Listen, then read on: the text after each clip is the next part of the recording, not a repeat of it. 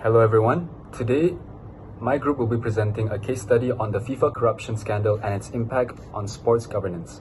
So I'll take a moment to introduce my group mates. My name is Haikal.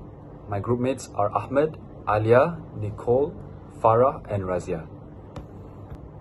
To begin, let me provide a brief overview of FIFA. FIFA, which stands for Federation International de Football Association, was founded in 1904 and is headquartered in Zurich, Switzerland. It serves as the global governing body of association football and is responsible for organizing some of the world's biggest football tournaments, including the FIFA World Cup. In addition, FIFA oversees 6 continental confederations coordinating the development and regulation of football across different regions. Over the years, FIFA has grown beyond a sports organization into a major commercial enterprise, generating billions of dollars through broadcasting rights, sponsorships, and merchandising. As a result, FIFA holds enormous influence not only in global but also in the international economy. Because of this influence, integrity in sports governance is extremely important. Integrity ensures that sports are managed fairly, transparently, and responsibly. It helps protect the credibility of competitions, maintains public trust in sports organizations, prevents the abuse of power and corruption, and supports the long-term sustainability and ethical governance of sports. The purpose of this case study is to examine the 2015 FIFA corruption scandal. We will explore the governance and leadership failures that allowed corruption to occur, understand the causes and the consequences of the scandal, and evaluate the reforms that FIFA introduced to restore public trust and strengthen its governance system. With that introduction, let's move on to the background of the FIFA corruption scandal. Hello, my name is Nick Ahmed Zikri and I'll be presenting about the case background. So FIFA's role in the World Cup. FIFA is the governing body of international football. They organize the FIFA World Cup and other global tournaments. They oversee over 200 national football associations and their headquarters is located in Zurich, Switzerland. World Cup bidding process. Countries submit bids to host the FIFA World Cup. The bids are evaluated based on infrastructure, finance, and facilities. FIFA's executive committee previously selected hosts through secret voting. The limited transparency increased corruption risks. The corruption allegations. Allegations increased after 2022 and 2018 World Cup host elections. Claims of bribery and vote buying involving FIFA officials. Investigations uncovered money laundering and fraud, corruption found to have occurred over many years. Why Switzerland became central. FIFA headquarters located in Zurich, Switzerland. Swiss authorities investigated the financial crimes and World Cup bidding. Swiss and the US authorities cooperated in the investigation, and the scandal led to major FIFA governance reforms. Thank you. Now I'll explain the facts of the FIFA corruption case. First, looking at the timeline, in 2010, Russia and Qatar were chosen to host the 2018 and 2022 World Cups. Between 2011 and 2014, corruption allegations began to emerge, leading to ethics investigations. In May 2015, the US Department of Justice indicted several FIFA officials, while Swiss authorities raided FIFA headquarters and launched criminal investigations. Next are the key individuals involved. Sepp Blatter was investigated for financial misconduct.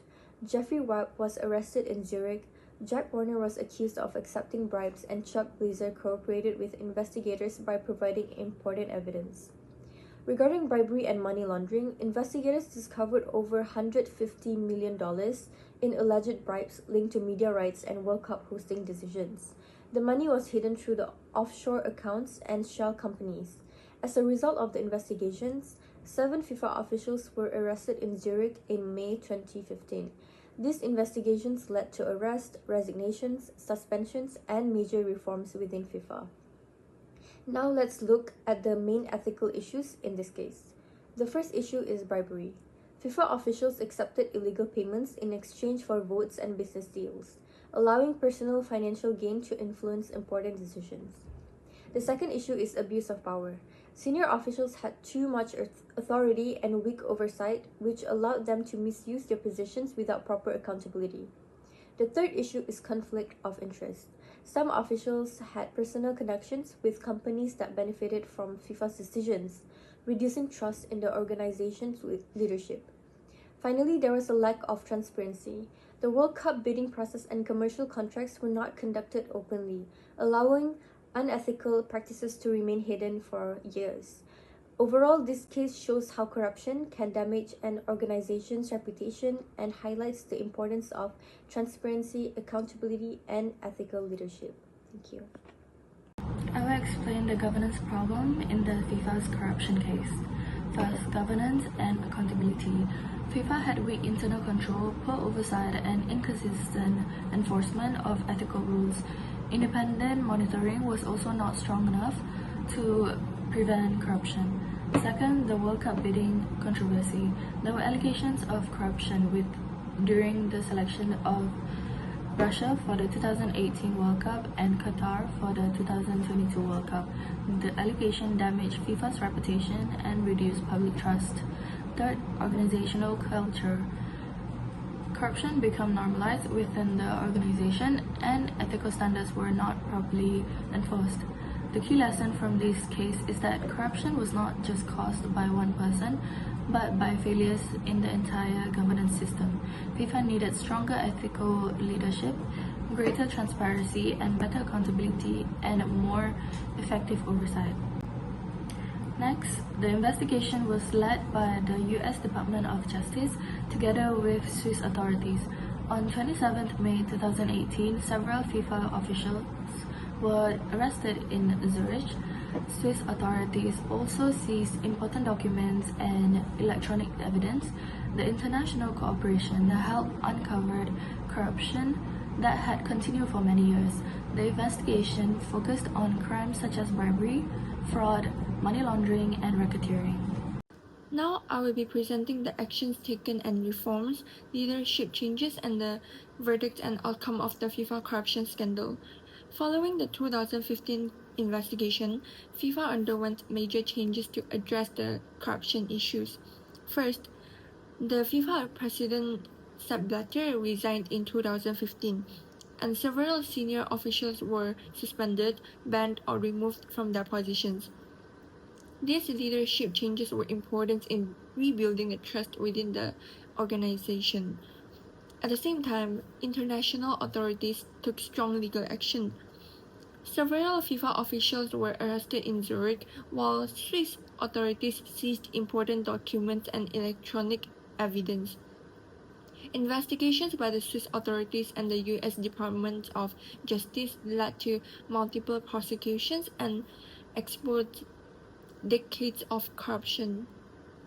To prevent similar scandals in the future, FIFA introduced several reforms.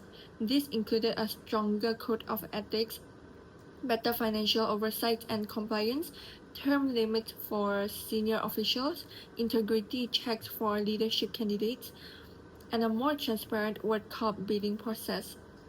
These reforms aim to improve accountability and restore public confidence.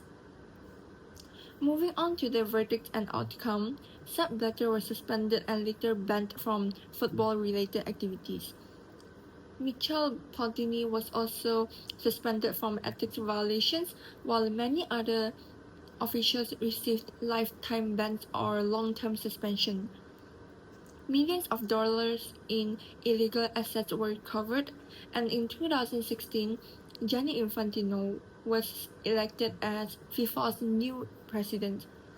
Overall, the scandal became a turning point for FIFA, showing the importance of integrity, transparency, and good governance in international sports. Thank you. Moving on to the broader fallout, let's look at the impact and lesson learned from this scandal as outlined here. First, the impact on FIFA was severe and widespread. The organization's global reputation was heavily damaged, causing a sharp decline in public trust regarding football governance. This fallout led major sponsors to question their lucrative partnerships, while fans worldwide raised serious concerns about the fairness of World Cup bidding process. Consequently, FIFA faced significantly increased scrutiny from both national governments and international organizations. From this crisis, several critical lessons emerged. We learned that absolute integrity is essential in sports governance, and that leaders must always be held accountable for their actions. We also know now that transparency directly reduces the opportunities for corruption, and that introducing independent oversight strongly reinforces governance. Furthermore, establishing robust whistleblower protection encourages the reporting of misconduct, while regular audits are vital to detecting unethical practices before they escalate.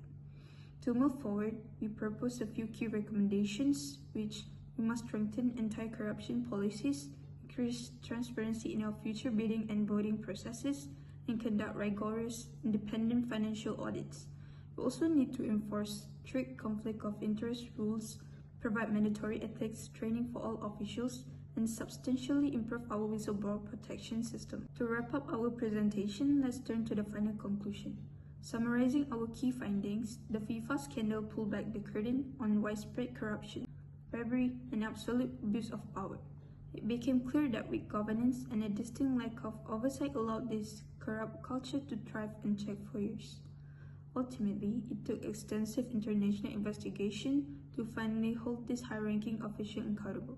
These entire situations underscores the absolute importance of ethical governance. Moving forward, ethical leadership is not optional, it is essential for maintaining and rebuilding public trust. Embracing transparency and strict accountability is the only way to protect the true integrity of the sport. By embedding strong governance into the foundation of the organization, we can effectively safeguard it and prevent future corruption from ever taking root again. That's all from now. Thank you.